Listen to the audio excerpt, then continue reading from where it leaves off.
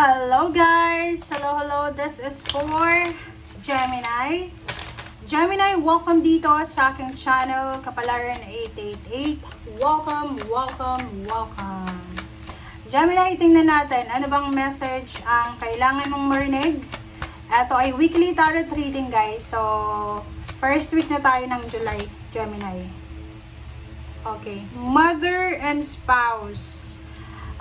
You're dealing with your mother and spouse ngayon. Nakikita ko sa'yo dito, Gemini. Okay? Paki-comment sa comment section.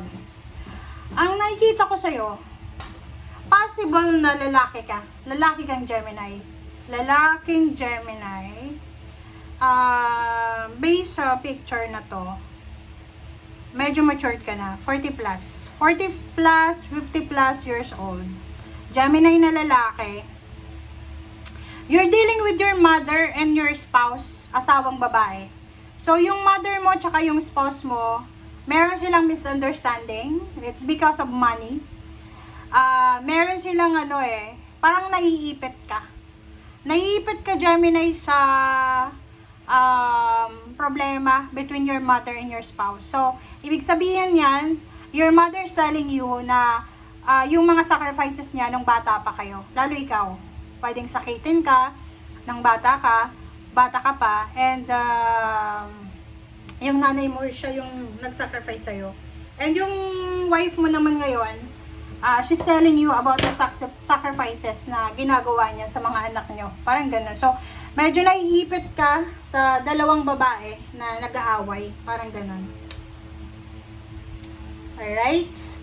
And Gemini, kung ikaw naman ay in a relationship, boyfriend, girlfriend, live-in partner, yung nanay mo ay hindi siya masyadong pabor sa karelasyon mo, o yung nanay mo ay she's having an issue with your relationship, parang hindi pa 101% tanggap ng nanay mo.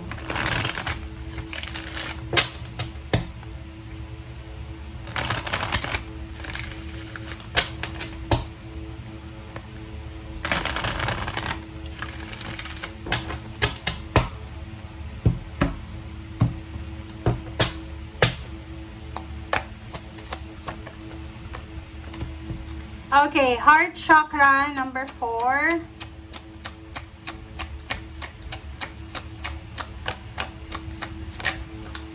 And financial and material changes number 5. Okay. So, sa nakikita ko sa'yo dito, siguro may mga financial issues kayo, Gemini. Kasi itong financial and material changes, 5 of Pentacles to. So, may mga problema kayo sa pera. Like, halimbawa, you're married. May problema ka sa pera. And, siguro breadwinner ka. Bago ka nakapag-asawa, breadwinner ka. And, sinusuportahan mo yung mother mo or yung parents mo. Kasi meron silang mga medication.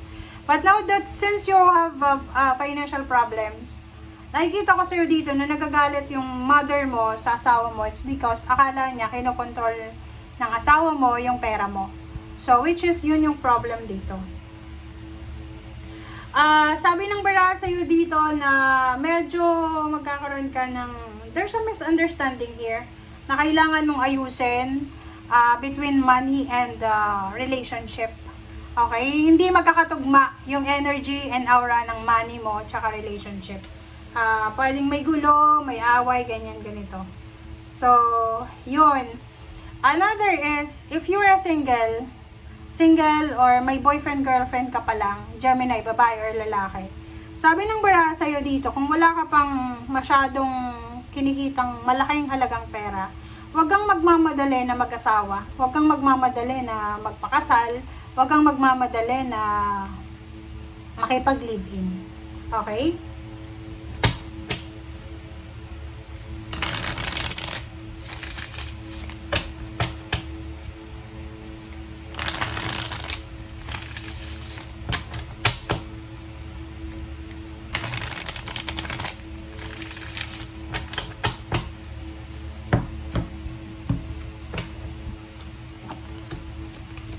Okay.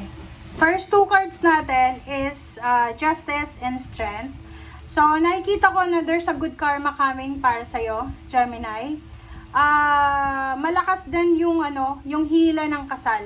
So, mag-iingat kayo, Gemini. Kung medyo bata ka pa, tapos, bata ka pa ba? Below 25, huwag kang munang makikipag-live-in kasi posibleng mabuntis mo kung lalaki ka. Or kung babae ka, pwedeng mabuntis ka agad-agad na pwedeng mag-result yan sa kasalan, pagkakaroon ng baby, ganon.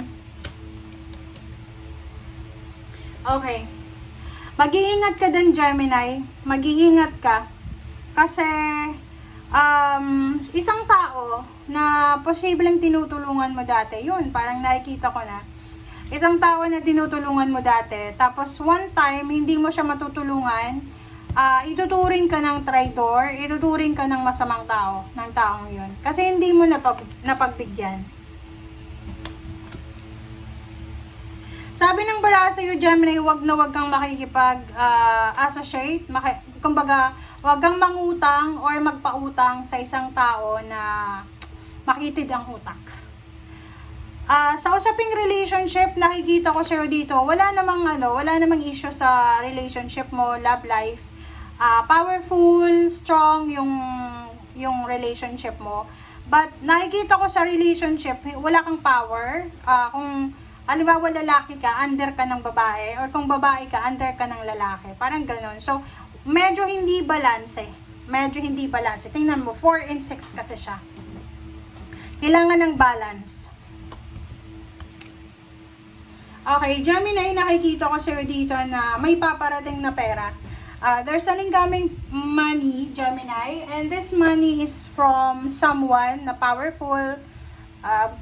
Nakikita ko pwedeng uutang ka ng pera sa isang tao na milyonaryo. Pwedeng kapatid mo yan, kapamilya.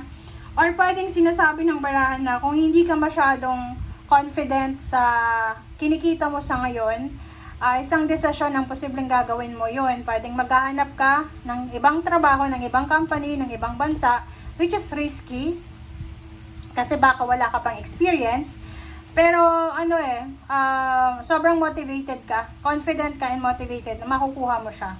Okay? Victory and success. Nakikita ko sa'yo dito na may ibang Gemini na makakatanggap ng retirement payments.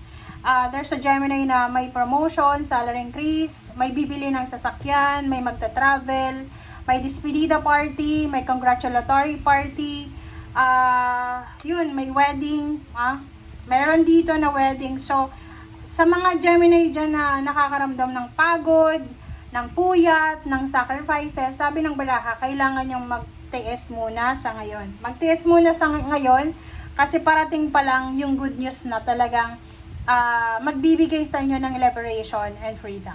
Okay? Thank you guys. Bye!